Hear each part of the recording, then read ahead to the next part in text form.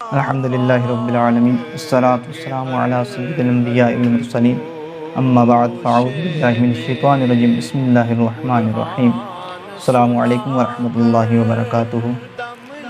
ایک نوجوان لڑکا ہے کہ جس کا نام ابو قرصافہ ہے، بکریاں چراتا ہے اور اپنی خالہ کے گھر میں قیام پذیر ہے۔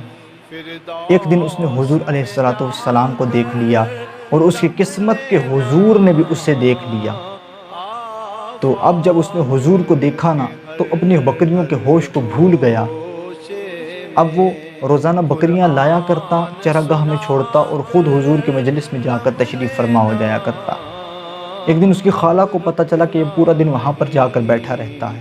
اس کی خالہ نے سختی سے اسے منع کر دیا کہ آئندہ تو نے وہاں پر نہیں جانا۔ اب ایک دن کاٹا، ابو قرصافہ نے دوسرا دن بھی کاٹا، لیکن تیسرا دن جب آیا نا، حضور کی جو دل میں محبت پیدا ہوئی تھی اس نے جوش مارنا شروع کر دیا۔ اس نے اپنی والدہ کو اور خالہ کو بٹھایا اور کہنے لگا کہ میں آپ کی بات مان لیتا ہوں، میں نہیں جاتا دوبارہ وہاں پر، لیکن ایک بات میری بھی آپ مانیے کہ آپ ایک دفعہ میرے ساتھ وہاں پر چلیے، پھر آپ جیسا کہیں گے میں ویسا کروں گا۔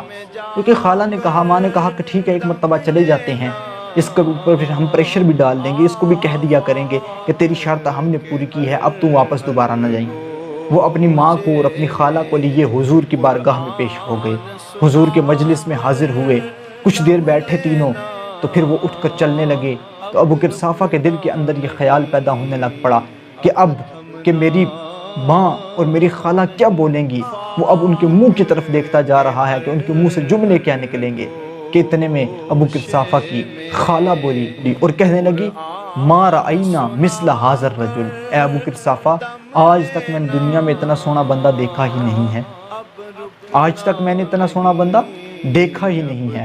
لکھا آئے سونے دنیا تے محبوب خدا دا کوئی نہیں، لکھا سونے بن بن بہندے نے وہ دکھا کے پاجے کوئی نہیں۔ پھر آگے کہنے لگی، احسن وجہن، کتنے حسین چہرے والا تھا۔ پھر آگے کہنے لگی، ولا انقا ثوبن، اور کتنے سوہنے کپڑے پہنے ہوئے تھے، آج تک اتنے سوہنے کپڑے پہنے ہوئے میں نے آج تک کسی کو دیکھا ہی نہیں۔ پھر آگے بولی اور کہنے لگی، ولا الینا کلامن، کتنے سوہنے طریقے سے گفتگو کرتا تھا، کتنی میٹھی گفتگو کرتا تھا۔ وہ جب بولتا تھا تو اس کے منہ سے شہد ٹپکتا تھا۔ وہ حضور کے چہرے کو بیان کر رہی ہے، حضور کے نقشے کو بیان کر رہی ہے۔ حضور کی بارگاہ میں ایک دفعہ آئی اور حضور کی ہو کر وہ بھی رہ گئی۔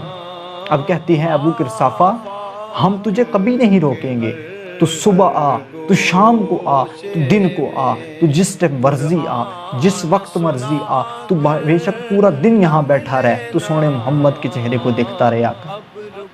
اس صورت نو میں جان آکھاں، جان آکھاں کہ جانے جہان آکھاں، سچ آکھاں تے رب دی میں شان آکھاں، جس شان تو شان سب بنی۔ سبحان اللہ ما اجملکا ما احسنکا ما اکملکا، کتے مہر علی کتے تیری ثنا، مشتاق اکی کتے جال۔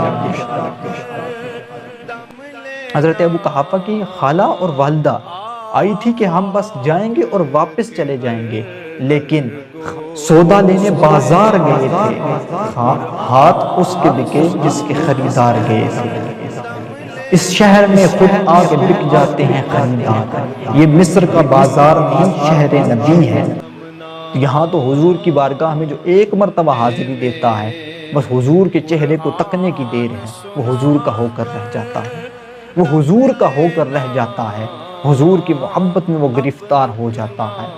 وہ حضور کے چہرے کو دیکھ کر اپنا آپ کھو بیٹھتے تھے لوگ۔ حضور کا چہرہ اللہ رب العزت نے ایسا چمکتا دھمکتا بنایا۔